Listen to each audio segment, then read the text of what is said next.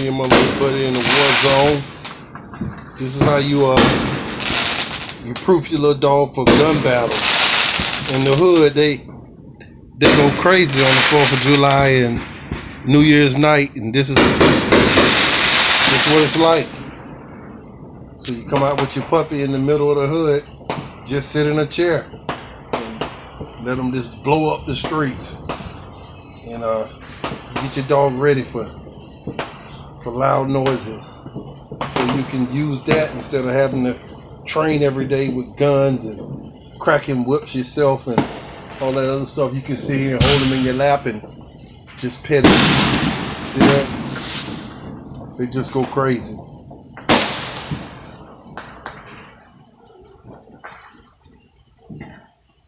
It's like a war zone. Oh, this is my new protege. I don't know what I'm calling him, but he might be Jabbo.